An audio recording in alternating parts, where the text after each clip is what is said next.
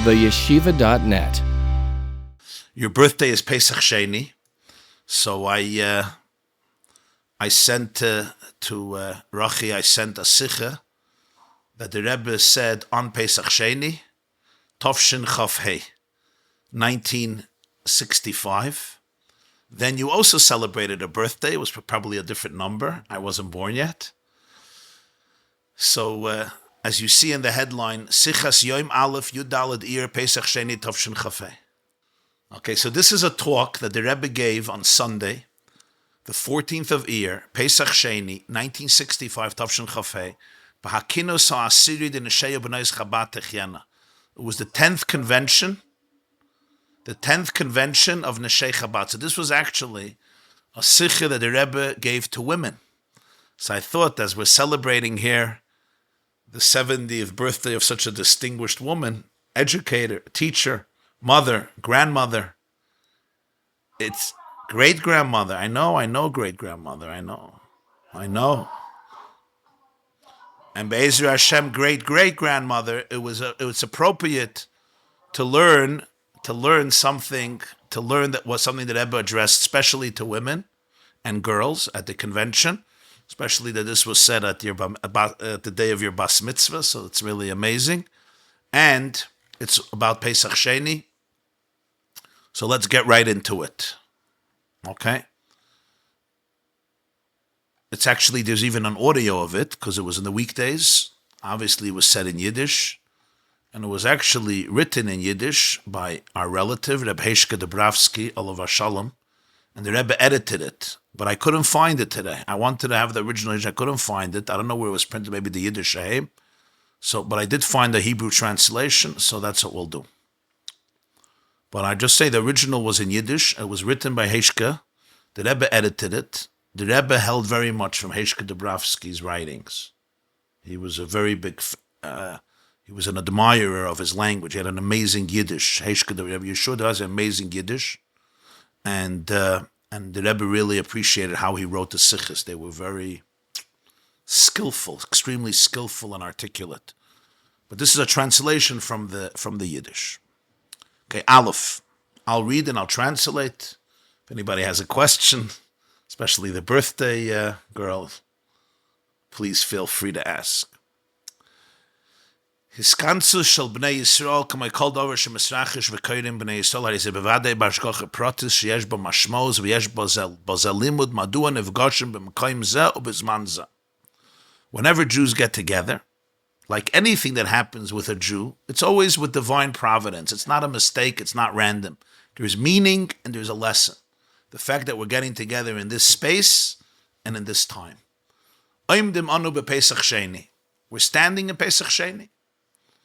This is the day that the Rebbe spoke this sicha. The convention was on Pesach Sheni, Tovshin Chaf Hei. Oidos yoim zeh yeshno sipur shalom b'Torah. Umizman ha-sipur v'hala b'chol shana b'yudalad iyar niskarim b'ma'ura zeh k'fi shemasura b'Torah de Moshe Rabbeinu. Ha-Torah hi nitzchis v'nitna al menas l'kroiso l'olemdim midei shana b'chol t'kufay seha.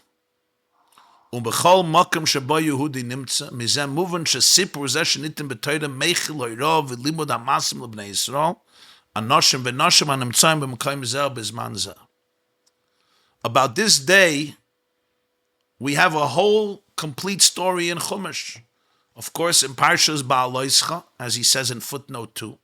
And from the time of the story, every year, we remember this story the way it's told in the Torah by Moshe, who wrote the story. Since Torah is eternal, and it was given to learn and read every single year, and it's eternal for all different eras and any place and any time where there's a Jew.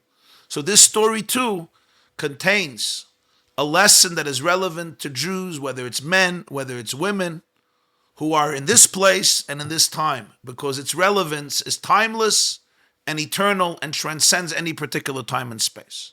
Movin meyatzmai, it's self-understood. Shekivon shamu'ura hanal mesupa b'Torah, they bevadai kach ire b'diyo kechol hapratim hamatuarim b'Torah. Aval ha-Torah ain't a sefer maisius.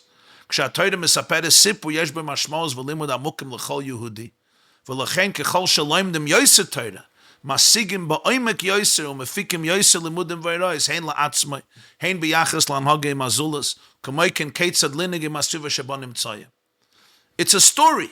If it's a story, it happened exactly the way the story is described. But that's insufficient because the Torah is not written to serve as a storybook. Because if it's just written as a storybook, it could have been many more stories. Avram lived 175 years. We don't have stories of 175 years. Moshe lived 120 years. The Jews were in the desert for 40 years. We don't have stories of 40 years. We have a few stories. So when the Torah does tell a story, it's because it's a blueprint for life. It's meaningful and a lesson for our life.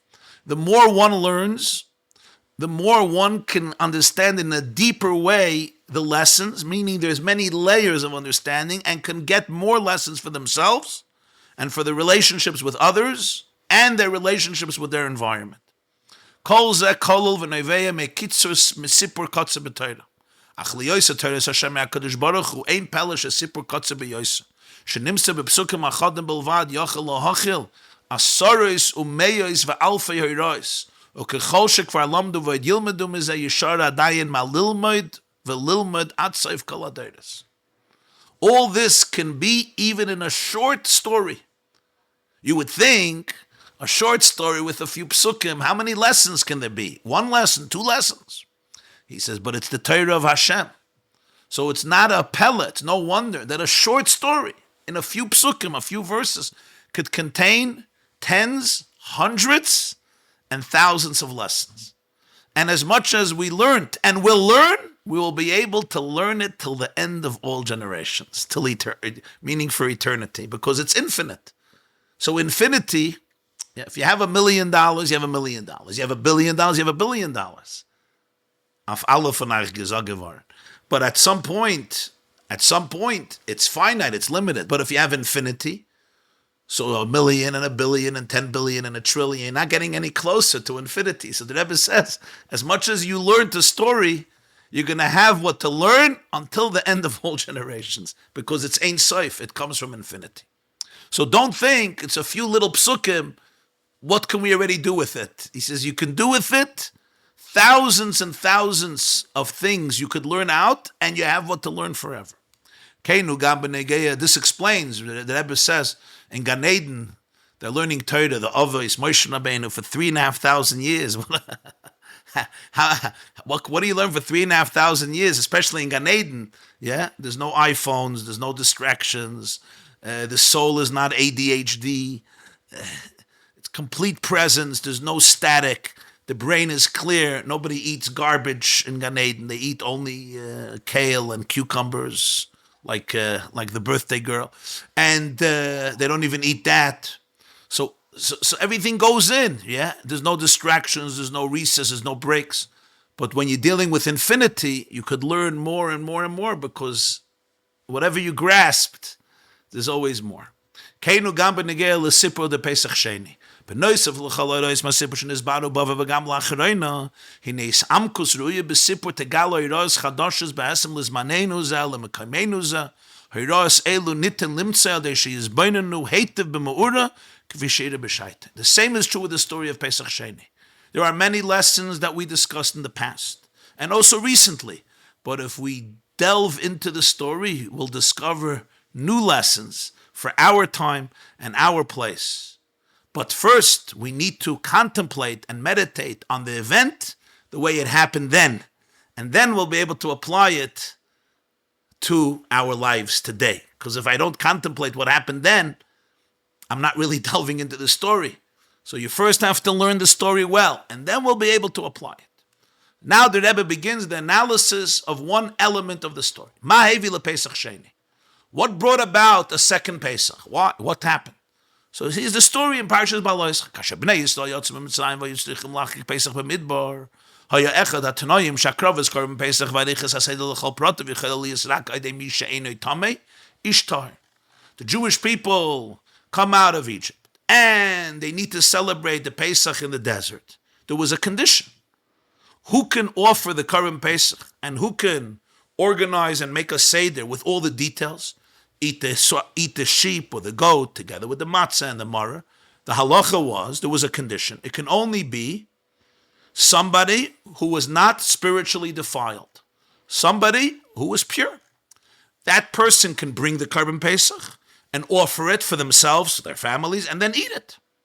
For us, Pesach Rishon b'Midbar, this is the context. The first Korban Pesach they ever made in the desert, the first one they made was in Mitzrayim. But this is already the second year, right? After that, already in the Midbar. Bo, which is the second anniversary of Mitzrayim. Bo, the second year from when they left Egypt, the second Pesach. The first one in the desert, Bo, Moshe Rabbeinu Kama Yehudim. A few Jews come to Moshe Rabbeinu, V'shalu, and what do they say to him? Anachnu tmeim lenefesh adam.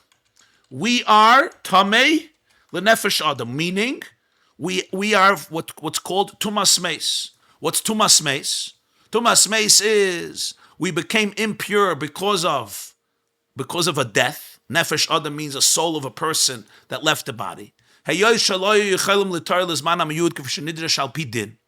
They couldn't cleanse themselves for the right time of offering the Pesach. Why should we be deprived? Why should we lose not to offer the carbon?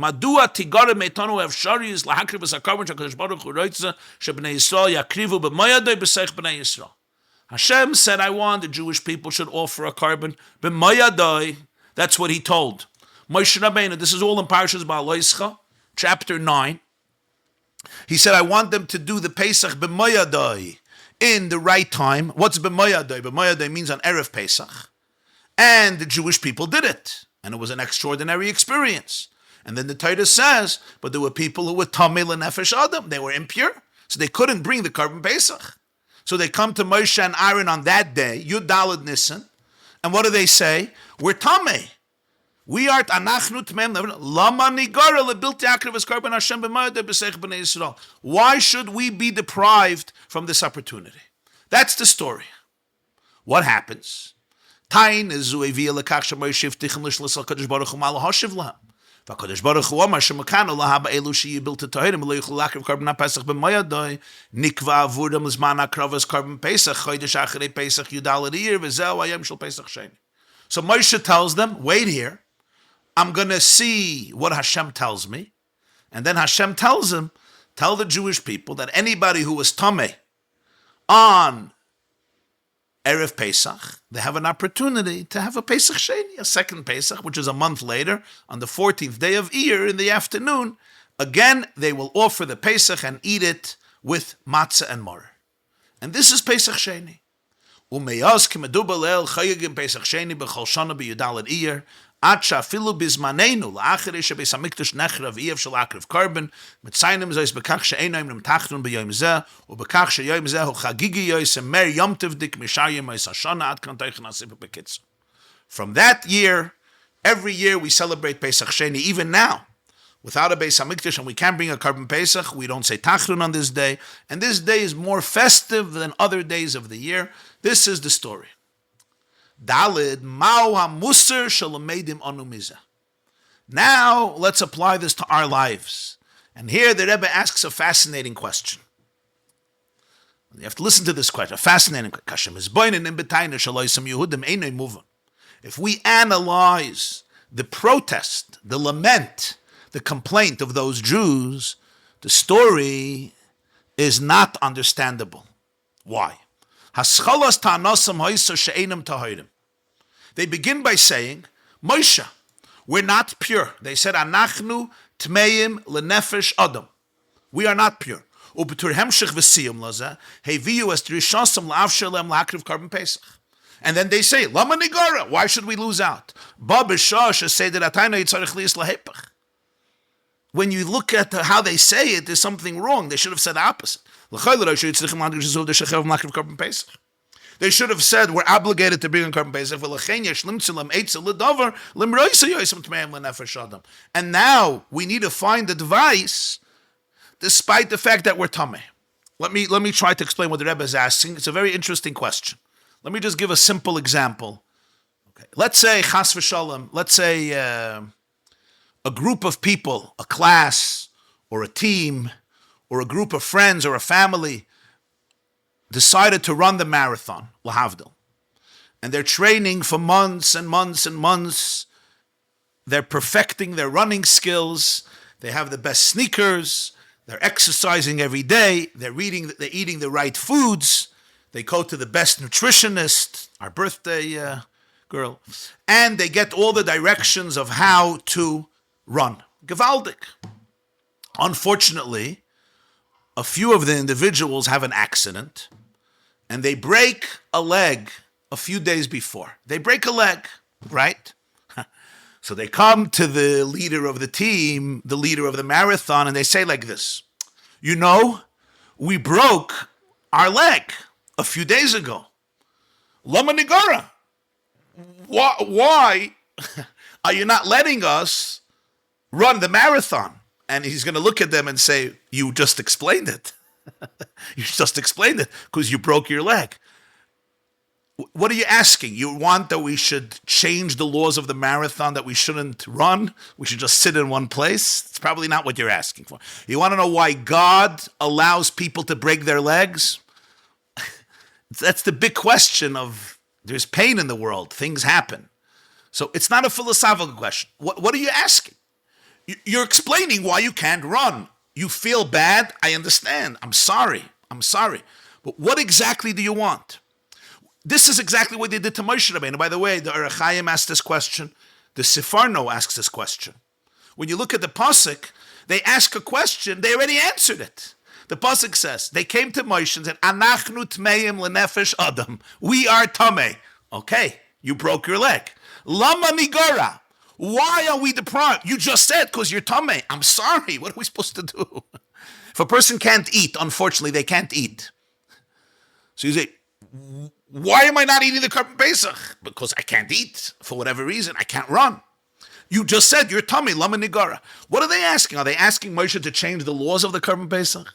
Are they asking Moshe, why is there a concept of tumah in the world? Well, that's not the question, and that's not what he's answering. They're asking why they're not having an opportunity. You just said.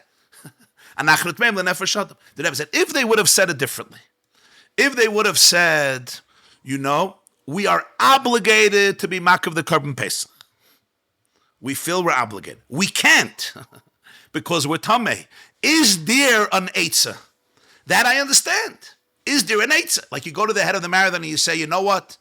Is there something to do? And maybe he'll say, in a year, we'll do it again. Get better. Maybe in 6 months, maybe in 3 months. That I understand. But when you come and say, Lama Nigara, why are we missing out on the opportunity? You just explained because you're tamei. This is what the Mefarshim ask. Ella yesh b'zeh mashmos amuka v'ira amuka. Something very deep. There's a deep meaning here. Why? Korban Pesach nivdel mikol shara karbonis. The Korban Pesach is different than all other offerings. Sheyesh b'y mashein b'chol yesera karbonis. Yeshnam shloisha suge karbonis. Aleph karbonis yachid shadam yachid makriv kashum uchuyev v'minadev karban. Beis karbonis tzibur shemakriv over kol hatzibur over kol Yisrael yachad. Ach karbonis elu krevim beis hamidrash rakai de nitzigim shluchi hatzibur shoizim zeis b'shem kol Yisrael. Gimel v'zeu rak Korban Pesach shakadosh baruch hu tzivur shekol Yehudi chayav lahakriv es haPesach ba'ois zman u'ba'ois mokim im kol b'nei Yisrael b'toich b'nei Yisrael. Kaleima b'Korban Pesach yeshtam shnei inyanim gam yachad. Ze Korban yachid. Kol Yehudi makriv es Korban Pesach b'fnei atzmai u'ba b'shohu gam Korban tzibur shekol Yisrael makrivim Korban ze ba'ois zman. There's 3 types of karbonas. The first is karbonas yachid. An individual brings a carbon, maybe it's voluntary, maybe it's an obligation. A sin offering is an obligation. A nedava is a contribution, it's a voluntary thing. A person decides, I want to bring an offering, or a person is mechuyev. A zav, a zava, a mother who gives birth, a carbon taida, a carbon chatas, a carbon asham. These are individual karbonas that you either obligated or you want to. Beautiful. There's another type of carbon, communal offerings brought for Klal Yisrael, like every day. A sheep in the morning, a sheep in the afternoon. Shabbos, Rosh Chodesh, Karban Musaf, Yom Tif, all these karbanas that were brought as karbanas tzibur. But this was not brought by every Jew. You had representatives. You had the shluchim. You had the koyanim, who represented Klal Yisrael. They used the money that Klal Yisrael donated to the Beis HaMikdash, Machzas HaShekel, and these karbanas represented all of the Jewish people. I didn't have to be involved. I could live far away, and the koyan represented me. Koyanim, the Leviyim, the Anshe Maimon. You had a third type, and this is one exception, Karban Pesach. Karban Pesach is different than every other Karban. On one hand, every Jew is obligated to bring the Karban Pesach. Every Jew. All men and all women. Every Jew. On the other hand, it's not an individual Karban from me. All Jews, it's a Karban of Klal Yisrael, because all Jews are supposed to bring it together, the same time, the same space, with all Jews, like he says here in the Pasuk, B'soich b'nei Yisrael. When they ask, Lama Nigara, they say B'soich b'nei Yisrael, because that's the key. Karban Pesach is a hybrid. On one hand, it's an individual Karban. Every Jew brings it alone. I can't say, you deal with it. It has nothing to do with me. I can appoint you as my shliach to go to the Beis HaMikdash, but I have to be involved. This is my Karban, and you have to have minuyim. The Karban Pesach had subscribers. People who actually joined together, a family or a few families or neighbors or relatives or friends, and they came together and they all signed up to this Karban Pesach, and then they could send somebody to do it, but you're doing it on my behalf. Every Jew needs to be part of it. On the other hand, it's not an individual thing. It's a Karban Tzibur, because all the Jews are doing it as individuals and as a collective. There's no other Karban like that. Either you have an individual Karban where I'm doing it, but it's only me or a few people, or you have a Karban that everybody does, but not everybody does it. It's just a few representatives. Here you have everybody does it, but without representation. Everyone has to be involved. I have to sign up to my Karban Pesach. I have to buy the sheep, a group of us. We don't just have one sheep in the Beis HaMikdash that represents Klal Yisrael. It doesn't work that way. I have to sign up, and I'm going to take it home, and I'm going to eat it, and we're going to eat it at the Seder. In other words, the Karban Pesach is a completely unique Karban. It's a Karban of Klal Yisrael. In other words, it includes the whole of the Jewish people, but how? Every individual. Now we'll understand what they said. We became impure, how? We didn't touch a dead weasel. We touched a corpse. HaKadosh Baruch Hu kava seder olam b'ofen kazeh she'etzel am ben milyonei anoshim lo yitachin shemizman lizman lo yamus mishur rachmana litzlan b'hagiyah ad legil meya v'esim shana gechol she'HaKadosh Baruch Hu hayid lo b'frak shemeduber edes am gadol shenizbarach adei HaKadosh Baruch Hu lo yisofim meiroiv umidei yom b'yomin no'eladim l'aldi yisrael chadashim harei gam bilti efshari shelo yiyeh mikre move shel Yehudi rachmana litzlan b'meya hachana lePesach. ולכן הויסה התיינה מוכרחים ליאס כאלו שביום זה יצטרכו לעשות איזה כמשפטי וליאס תמאים לנפש אדם שניהם על פי תורה. ונמצא שהקדוש ברוך הוא עושה כאן תרתי דססרי. הקדוש ברוך הוא ציווה שבי"ד ניסן חייב כל יהודי להקריב קורבן פסח בעצמו לא על ידי שליח. ולצורך זה חייב ליאס תורה בעשר יום. ובא בשעה המד הקדוש ברוך הוא הסדר העולם באופן כזה שבכל י"ד ניסן בהכרח שימצאו על כל פנים כמה מישראל שיהיו מחויבים על פי תורה לעשות דברים שיתלו מהם האפשרות ליאס תורה בעזו. וזו היסטנוסם. אנחנו טמאים לנפש אדם. עניין שהקדוש ברוך הוא קבע סדר העולם באופן כזה. שבזמן זה מוכרחים ליאס יהודים כאלו טמאים לנפש אדם. ואם כן, למה ניגרע? מה ישמסנו? שלכן לא נוכל להקריב את קורבן השם, להקריב את הקורבן שהקדוש ברוך הוא ציוונו. This is what they were saying. When you have a nation of millions of people, it's impossible, according to the natural circumstances, that people don't pass away on a regular basis. Unfortunately, a person reaches the age of 120 or whatever the age that Hashem designated for this person. Everybody has their age, especially when you have a nation that was blessed. Lo Yisafim Meirav, won't be able to count you. There'll be so many, and every day the Rebbe says new children are born. So obviously it's impossible that in the days before Pesach it would be a miracle that nobody ever passes away. So that means part of the fabric of the nature is that there are going to be Jews who are going to have to deal with the corpse. You have to cleanse it, you have to lift it up, you have to take care of it, you have to bury it, and they're going to become tameh. So here, what they're saying is we're in a bind, we're in a contradiction. If the carbon Pesach was just a carbon that's voluntary, if the carbon Pesach is a carbon that's represented by Klal Yisrael, by the representatives of Klal Yisrael, fine.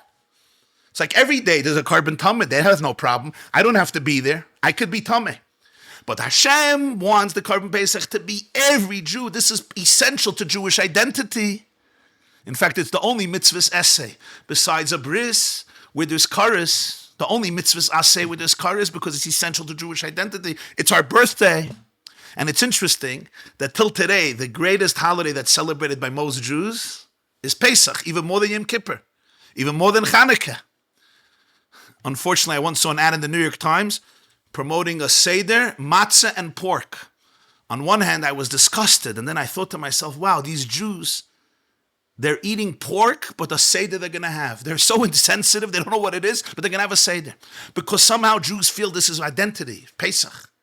So Hashem wants all Jews to be involved. I can't just appoint a shliach and say, you deal with it. I have to sign up to the carbon. I have to eat it. And for that, I have to be pure. And yet, the same God made a system that every Yudalad Nisan there's going to be a few Jews who are going to have to take care of a corpse, of somebody who'd passed away, unfortunately, and they won't be able to do the carbon Pesach. So this is what they feel now. They feel now, it's not just you say, okay, a person broke his leg. I had an accident. I wasn't careful. Somebody decided to do something really nasty to me. Okay, all these things happen. But here, it's your system, Hashem. You made an impossible system here. You created a paradox that can't be reconciled. Because death, since the Eitz Hadas, is part of the world. And before Pesach, when you have a nation of millions of people, somebody's going to pass away.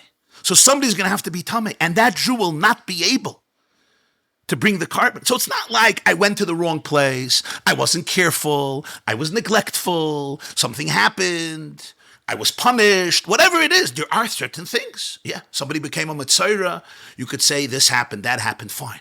But here it's almost part of the fabric of creation that every few days there's going to have to be a funeral, unfortunately. So this is what they come to Moshe and they say, Anachnu tmeim lenefesh adam. It's not like we did something wrong. We became tamei to a person who passed away, which is part of God's, Hashem's system. And it's impossible to avoid that. Now the question is, lama nigara. So why are we missing out? It's almost like you put into the system essentially that some of us will have to fail. We'll have to fail. Again, if it's a carbon sibor, okay, no problem. If it's a carbon yachid, we don't all have to do it.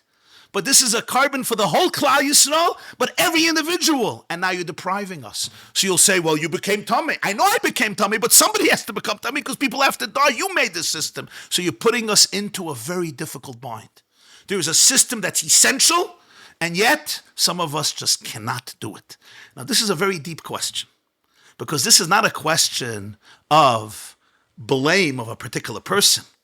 This is almost like you created a situation where there's an impossible paradox. That's why they start off and they say, Anachnu tmeim lenefesh adam, lama nigara. This is the lama nigara. You say, well, you broke your legs, you can't run the marathon. We were doing something that is a result of a system that Hashem put into the world. And now you tell us all to bring the carbon Pesach, and we're stuck. We have two priorities. They're both critically important. We have to take care of the mace. We have to bring the carbon Pesach, but you say we can't. This feels there's something wrong here. HaKadosh Baruch Hu hikir b'tzidkas tanasim. Hashem recognized, he says, you guys are right. V'heishiv lehem she'ef shelakachas memes mitzvahs carbon Pesach. You're right. You're right.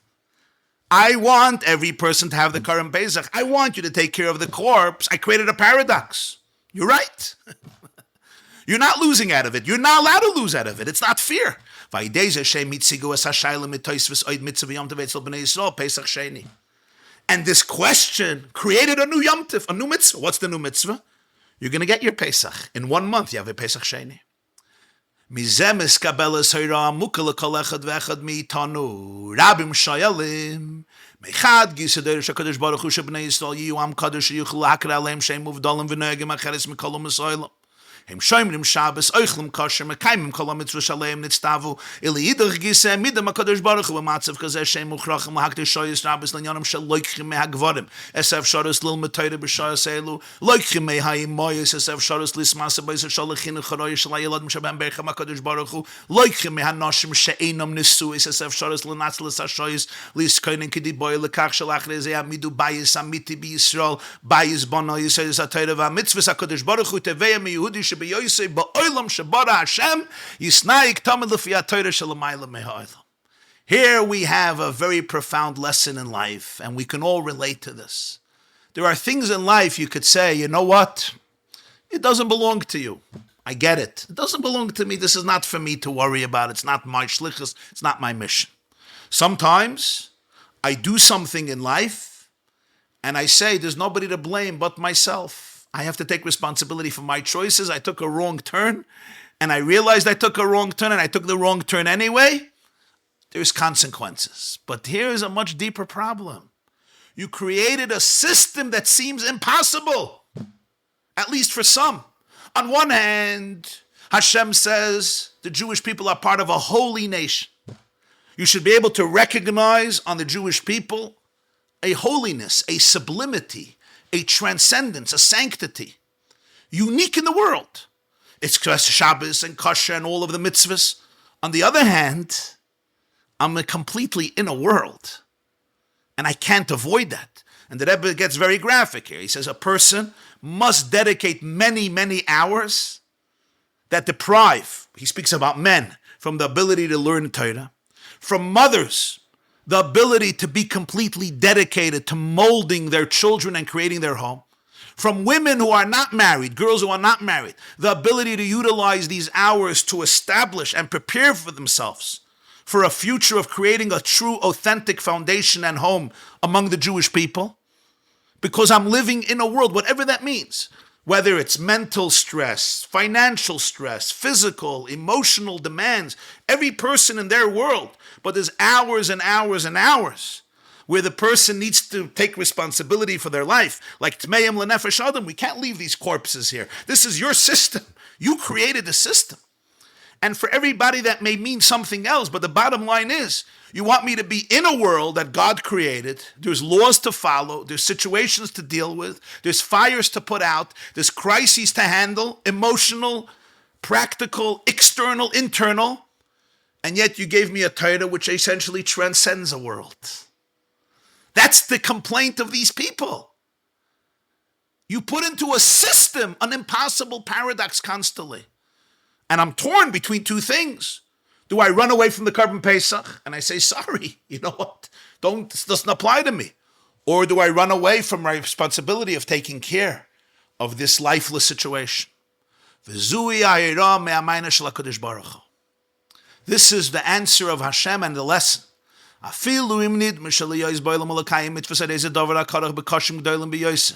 ובפרט כשמדובר על מצווה שמזדמנת אחת לשנה, וכאשר לא יכולים לקיים מצווה זו בישראל בגלל מניעים ועיכובים של העולם, אז נדמה שכבר אבוד, עליכם לדעת שבם יהודי רק רוצה באמת לקיים תורה ומצוות ותאווה עולם הנגרה. ימציא לו הקדוש ברוך הוא את האפשרות שיוכל לקיים כל המצוות ככל ישראל, ללא גירעון ואפילו אם בשביל זה יצטרכו לפעול דבר חידוש פסח שני שלא היה עד אז, יעשה זה הקדוש ברוך הוא בשביל אויסם יהודים אחדים שנמצאים באופן כזה שבאופן אחר אינם יכולים לקיים את המצווה. Hashem says, I want you to know, I'm on your side. I'm your biggest fan. I'm your biggest supporter. I'm your best friend. You may look at your life. I'm in a world, and for me to be able to truly be who I could be as a Jew, there are difficulties and maybe great, great difficulties. Especially, it's a mitzvah that's once a year, Korban Pesach, and I see that I can't fulfill it because I'm tameh, and it looks like it's lost. And you come to Moshe and you say, there's a paradox here, and we have to choose one, and the situation is lost and it's not fair. Hashem says, never ever think that that conflict is a real conflict. It's always about your genuine desire. If you could come and say, Lama Nigara, don't worry. I am here for you. And I will create every opportunity and possibility for you to be able to fulfill your mission perfectly. And even if we have to revolutionize things, we have to make a new mitzvah that never existed. And there's only a few Jews. You have millions of Jews who have a mitzvah. There's a few Jews who have an issue. So we're going to change the system for these few Jews? He says, I'm fine. I'll change the system. I'll create a new mitzvah called Pesach Sheni, which doesn't exist in any other situation, that you have a month later an opportunity to do it. For these few Jews who without that would not be able to do the mitzvah.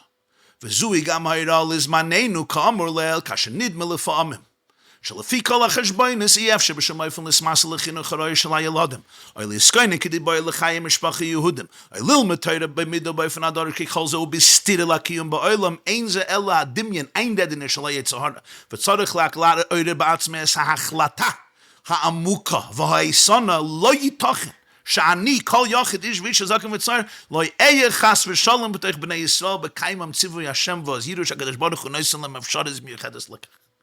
He says it's a lesson for our times. This is, the Rebbe said this in 1965. Sometimes you look around, and based on the calculations of my life, I cannot dedicate myself well to the proper education of my children. Children need so much. Children need attachment. Children need connection. Children need dedication. Children need my heart, my soul, my creativity. I can't. Or I can't prepare myself for family life. Or I can't truly delve into learning Torah the way is necessary for me in the appropriate fashion. Why? It all undermines my existence in the world. And in each person, this question applies to their life in their own individual way, with their own individual duties, responsibilities, challenges, difficulties, and basically there is a problem here. Either I live in this world or I live in that world. So the Rebbe says what Hashem is saying is to put life in this context is an einradinish. It's a superficial perception of the Yetzer Hara. What I need is deep conviction and deep dedication and deep love and a deep and powerful resolution. It's impossible that me, an individual, every individual, man, woman, old, young, should not be part of B'soich B'nei Yisrael. In other words, a person has to be able to say, I don't deserve to be deprived of something that applies to every single Jew. Don't compromise.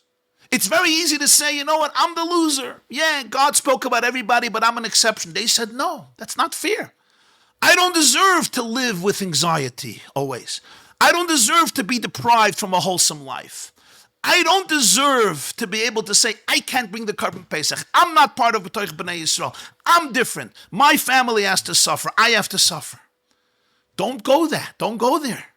But it looks like it. I'm dealing with this. God says, we'll open up pathways. Open yourself up to the opportunity. And you'll see, no.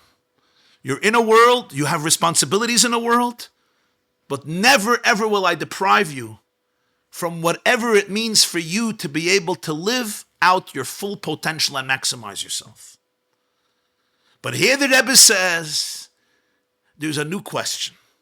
But there's another profound lesson. Here we have a new question. Hadei HaKadosh Baruch Hu yodem melechatchila sheyukelu sheyuchlak Korban Pesach b'Yidalad b'Nissen. Madua eifo yihutzach lahamtin at sha'isem Yehudim yavoyu v'yishalu as Moshe Rabbeinu as Hashayla. Moshe Rabbeinu yistarech lahashiv lem. Sheini yedei adin zev ha'ilech lishlis HaKadosh Baruch Hu. V'rak oz tziva HaKadosh Baruch Hu b'tshivos yoydes Pesach Sheini b'yachid im atzivu yoydes mitzvahs HaPesach avur HaKlal. Hayachal HaKadosh Baruch Hu lahoydes b'ois manas ha'moitza leilu sheyibuilt Torah b'Yidalad Nissen. Hem yuchalak Korban Pesach b'Yidalad Iyar. A new gewaldige question. It seems like very cynical.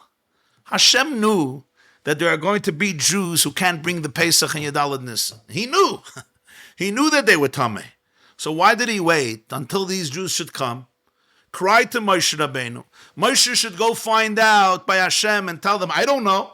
He asks Hashem, and then Hashem says, oh, there'll be Pesach Sheini. When Hashem said, I want them to make a Korban Pesach and Yidalad Nissen, he should have just said, and by the way, there's a few guys who can't. Tell them they'll do it a month later. This is like a setup. You create a situation, it's impossible. They start screaming. Moshe says, you got a point, I don't know. Let me go find out. I don't understand. When you give instructions for the company, put in a clause. These guys do it a month later. So the Rebbe says, here we come to an answer, which answers another question that is often asked by many, many people. Kivan shakadosh baruch hu roitze sheikamu Torah mitzvos madul lepam korach adav bekoshim gedolim ad sheyeshev sharius liyetzahara lahakshois iketza yesh beyicholtecha liyos Yehudi dati kasher hakadosh baruch hu baruch yischa b'olam shemakshel echas achayim ki Yehudi v'rakos moitzei Yehudi aydei hamesidus nefesh leyas hamayna lekushya she'ochin yesh beyicholter l'malei ratzon Hashem v'al zeh yesh mayne b'sipur de Pesach Sheni kol zman Yehudi lo hifriya ha'uvda she'eino yachal lahakriv korban Pesach b'toich b'nei Yisrael ochin lo hoysa avurei efsharus lasezos dafka oz kshes oire by Yehudi sheboy v'u rotz l'Moshe Rabbeinu b'zayka ha'yitochin she'yinivdom l'kol Yisrael b'akravasim korban ze gufa Paul mayne chodesh ben hashamayim u'posach avurei efsharus chadasha she'yuchal yizgaber al koshri ha'olam she'yizbarich b'chol inyon ha'olam v'yachadem ze yuchal l'malei ratzon Hashem moededik. People ask, Hashem wants I should live a full spiritual Jewish life, a life of Torah, a life of mitzvahs. There's so many difficulties, so many challenges. The Yetzer Hara has the great opportunity to say, how can you be, the Rebbe said in Yiddish, a legeze Yid, a frume Yid, a truly Torah Jew, when Hashem put you in a situation that everything is difficult. And then you have to start looking for an answer to the question and find the opportunity that you could do it. And it comes through a lot of dedication and sacrifice. Why do you do this? If I want something from you, if I have an employee in my company and I want them to fulfill a job, am I going to create every obstacle in the world that they shouldn't be able to do it? They should come back to the boss and say, this is impossible. This is difficult. I have headaches. I can't do this. And then they have to work and work and work and find that they could do it. Why is life like that? Was willst du? This is an answer that Pesach Sheni provides as well. Here is how it works. As long as the Jew is not bothered by the fact that he can't bring the korban Pesach, he actually can't. There's a great line in English. Whether you believe you can or you believe you can't, you're probably right. If I believe I can't, I can't. If I believe I can, I can. Says the Rebbe, as long as the Jew is not bothered by the fact that he can't bring the korban Pesach, he actually can't. You know why? I'm impure. I can't. You're right. You think I can't. Hashem couldn't say those who are impure, they have a month later. You know what? They don't have. If you're impure, you're impure. You can't. If I'm not bothered, if I'm not perturbed, if I'm not ready to cry out, I can't. If I believe I can't, I can't. He says, when the Yid, in Yiddish he said, when the Yid hat sich aufgeweckt in them, when the Jew was aroused in them, and the Jew inside of me is aroused, is triggered, and I run to Moshe and I scream, no way, no way. I'm not settling. I'm not going to be separated from all the Jewish people when it comes to the korban Pesach. This is what it created a new response in heaven. This opened up a new vista. It opened up new neural pathways. It opened up a new energy in heaven. It created a new response from Hashem that couldn't have come without it. This itself created the ability for them to overcome the difficulties, to be blessed in the world, and together with that become a conduit for Hashem's will.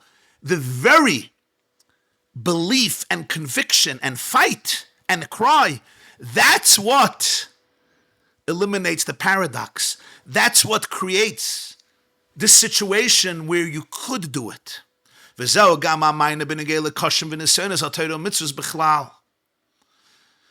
this is the answer about difficulties and nisyonos. HaKadosh Baruch Hu ratza sheyadus Torah mitzvos yikara metzl Yehudi, v'al yadam gufa livchinat kama Torah mitzvos yikara metzloi, u'b'chein kasheli bo shel Yehudi miskavetz. U'kshe'einu ro'yev sharas l'kim Torah mitzvos b'teva olam b'kmokim imatzei poiritz b'zayka, shehu muchnich l'kayim asher kasav b'shulchan aruch, as I meshana kadosh baruch hu es ha'olam, u'mesader es kol ha'tnoyim svivoi, kedei sheyuchal liyas kechol Yisrael, kefi shebnei Yisrael hoyu b'chol ha'doros heichel Moshe Rabbeinu l'hakriv korban yachad kol b'nei Yisrael. U'keshem shayidei korban zeh hitziu oisim yishibud eretz Mitzrayim, kach gam b'chol dor motziyah mesiras nefesh zu es kol echad v'echad miYisrael mishibud u'matzavam sheinu v'mizdamnim b'chaya. Hashem wanted that I should be the author of my own biography, that I should be able to find my soul, that I should fight for my life. I should create my future. So it's not just, he says, okay, you're Tameh, let me give you another holiday. He wanted that Yiddishkeit, Torah, mitzvah should be precious by the person. It should become something that's mine, that I'm ready to fight for, that I'm ready to battle for, that I'm ready to go into the arena. So when the Jew's heart mitkavetz, wird verquetscht, it becomes pained. When I see no possibility to fulfill my mission in the nature of the world, I scream out to Moshe, I need to. I need to find a way to heal. I need to find a way to execute. I need to find a way to do what it says in Shulchan Aruch. Now you change the world. Now Hashem changes the world for you. Now all the circumstances get reorganized that you should be able to fulfill what Jews did from Moshe Rabbeinu throughout all the generations and bring the carbon b'toich b'nei Yisrael with all the Jews. You're not excluded. And just like then, the carbon took them out of the enslavement of Egypt, the first Pesach in Mitzrayim.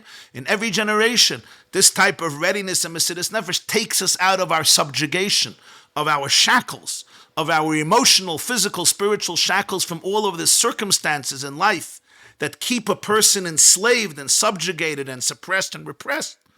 This type of openness, this type of Mesiras Nefesh, this type of deep conviction that I'm not going to settle for mediocrity. I'm not going to surrender myself to a life of quiet desperation. I'm not going to accept limits that run contrary to what God really wants from me and who I could be. This stubbornness, the good stubbornness, this is what changes reality. This is what created Pesach Sheni. It couldn't have come any other way. Any other way would have never happened. I would remain stuck. You know what? It's like a chick trying to get out of the egg. You ever saw a chick trying to get out of the egg? And somebody says, you know what? This poor chick is struggling. Let me come and crack the egg. And you know what happens? The chick dies. Because as the chick is fighting its way out of the egg, it develops the muscles that it needs in order to be able to survive as a chicken. You're not helping the chick by cracking the egg. You're killing the chick. You're destroying it. This is what builds character. This is what creates identity. This is what makes you a healthy chicken. If not, take stuff kaporis. Even before you're born, you belong in kaporis, as they say in Yiddish. It's the very struggle that turns you into the chick, into the person you're capable of becoming. So the Rebbe said the Pesach Sheni was all dependent on them. It's the very fact that they said there's a paradox here and it's not fair. This changes the reality. The world is now redesigned and they create a Pesach Sheni. He says this is true for all generations in people's struggles in their life. Here, the rest, the Rebbe here, this completes the lesson of Pesach Sheni, but just to give the full picture, so I'm going to say outside the point that he says in the next Sif Ches. He says the same story of Pesach Sheni, we find one more place in Chumash. Where? Later. This is in Parshas Ba'aloischa. But later in Parshas Pinchas, you have the same story. The Jewish people, the first one is with men, the second one is with women. The Jewish people left Mitzrayim. They're 40 years in the Midbar. They're about to go into Eretz Yisrael. The daughters of Tzlafchat come to Moshe and say, something is wrong. We want to have a part of Eretz Yisrael. We want to build a life there. We want to be able to live the way a Jew lives in Eretz Yisrael. But our father passed away. There's no sons. We're not married. So you take us to Eretz Yisrael. You want us to build a life there, but you created a system that's impossible. What happens? Moshe goes to Hashem. What does Hashem say? Kain b'noi Tzlafchat doivros. The daughters of Tzlafchat are right. We're changing. We're not changing. We're creating a new halacha. The daughters get a chelik in Eretz Yisrael. There was no sons, the daughters get it. And Chazal say about this, that this showed, like Rashi quotes, that the women of that generation were more enthusiastic than the men in fulfilling Hashem's will to conquer Eretz Yisrael. The Jewish people, whenever they had an opportunity, ran away from Eretz Yisrael. The spies convinced the men not to go to Eretz Yisrael, but the women did not embrace the fears of the spies. And that's why, I don't know if you know this, but the women didn't die in the desert between 20 and 60. Those who died natural deaths. But many more women went into Eretz Yisrael than men. I think that's the beginning of the Shidduch crisis. Because none of the women were part of the issue of the spies. So he says, what was this? The women had an understanding that if Hashem wants us to go into Eretz Yisrael, this is it. Don't run away from it. We could go into a land which is run according to natural circumstances. You plow and you plant and you harvest, and it's still a holy land, a land where Hashem's eyes are present. For the men, paradox. It's very hard for us to deal with paradox. We like clarity. Either I'm in the desert in miracles, or I'm in the land in nature. He says, for the women, they don't have an issue with that. You could be in the land with nature, and it's purely holy. So they didn't have the struggle that the men had. It's fascinating. The Klayaka writes, Hashem told Moshe, Shlach lecha anoshim, send men to you. The Klayaka says this in the 1600s. Hashem says, if it was up to me, I would not send male spies. I would send female spies. Shlach lecha anoshim. You don't want to send women? It's your problem. I'm telling you, send women to Eretz Yisrael. Don't send men. The men are going to come back and create problems. The Klayakar says this. Fascinating. You send men, they're going to give up, and that's what happened. So the Rebbe says, let's think about the story. Why couldn't Hashem tell Moshe that if there's no sons and the father passes away, give it to the daughters? He says, as long as the daughters of Slavchad were not bothered, as long as they didn't show up, Hashem did not give them the halacha about girls inheriting their father. Only when the women came forth and said, there's something off, Lama Nigara. We want to build a life in Eretz Yisrael, and yet we can't.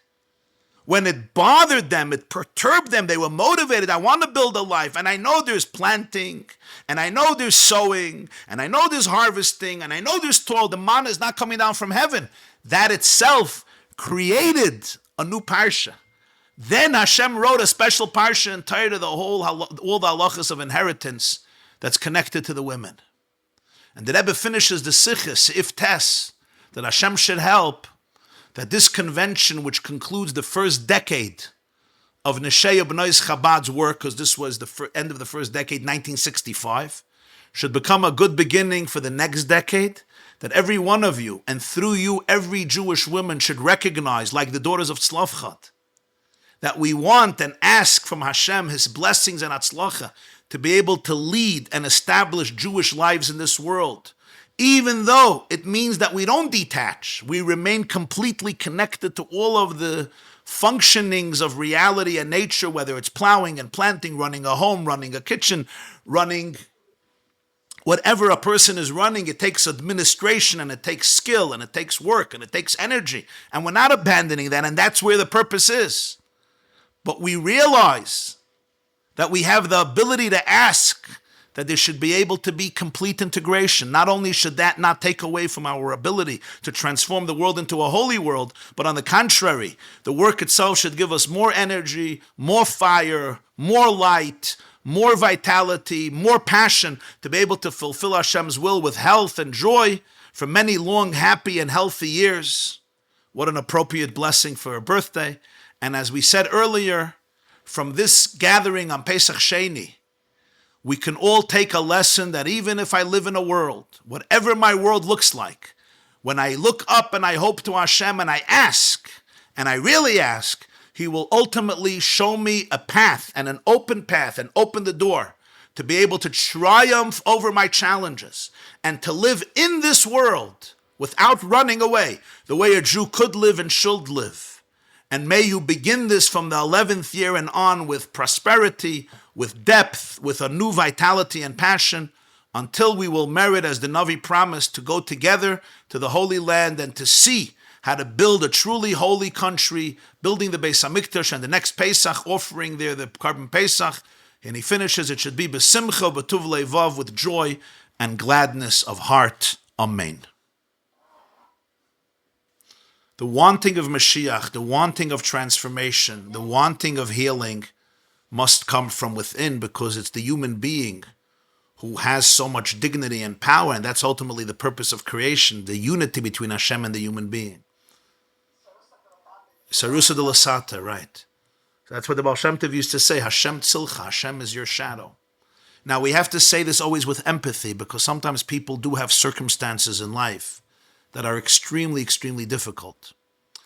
So people could sometimes misconstrue the message, right? If somebody's going through a very hard time and you say, it's all about you and your attitude and your perspective, we have to be very careful, because that could come across very cruel and judgmental and dismissive of the tremendous pain they're in, right? The sicha is not trying to do that, chas v'shalom, to impose responsibility in a negative way, like it's all your problem. Sometimes people have very big nisyonos in life. On the contrary, it's an empowering message.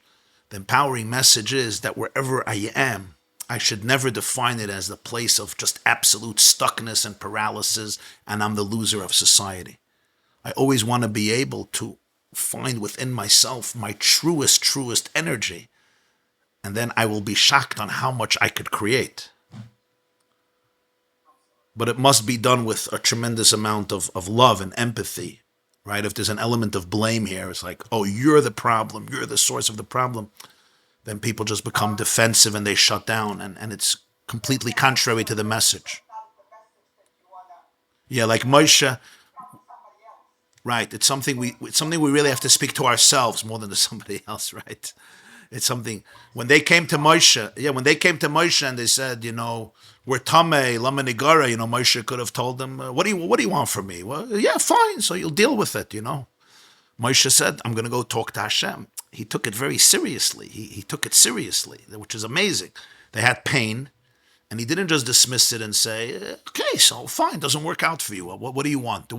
What do people say? The world is not a fair place, right? Moshe could have said the world is not a fair place. He didn't say that. That's not how Moshe Rabbeinu speaks. The world is a difficult place, but to say the world is not a fair place, and yeah, some of you just lose the game. Sorry, you come in blast.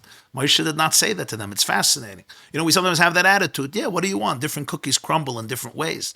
But that's not what Moshe Rabbeinu doesn't speak like that.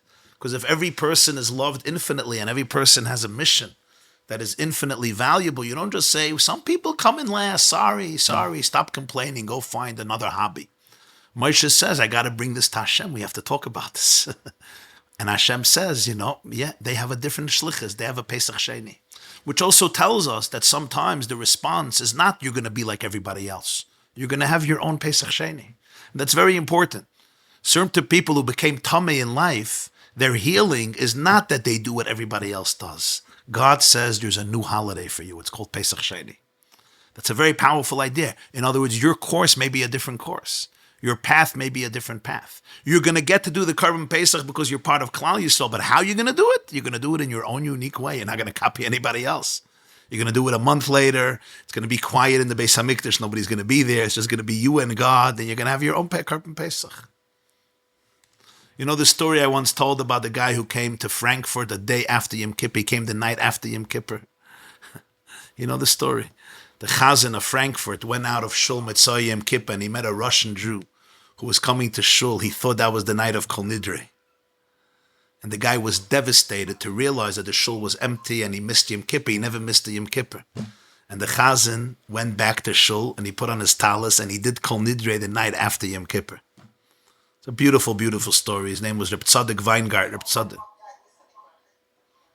Yeah, so that was his Pesach Sheni, And he said it was his most emotional Kol Nidre because nobody was in the shul besides this Russian Jew and Hashem. Usually Kol Nidre, everybody's there, it's a whole performance. He says this was genuine. So that's the Pesach Sheni. It's a very unique holiday made for the people who have been contaminated by life's deaths and circumstances. And yet their fight for truth ensured that they were not deprived of all the celebration and festivity and belonging that the other Jewish people had. But the only ones who can really fight for them was they themselves. Because if God would fight for them, it would be defeating the whole purpose of the belief in their own infinite dignity. And that they get it, that they really are connected. It's not something that you have to give them from above. It's something that they have to find inside of them. Fala. In Ayom Pesach Sheni, the Rebbe quotes the Rebbe Rayatz, who said the lesson of Pesach Sheni is tomorrow's Ayom Yom. Nicht kein verfallen. Wir können fallen, aber nicht verfallen. We may fall, but nicht verfallen. This class is brought to you by theyeshiva.net. Please help us continue the classes. Make even a small contribution at www.theyeshiva.net/donate.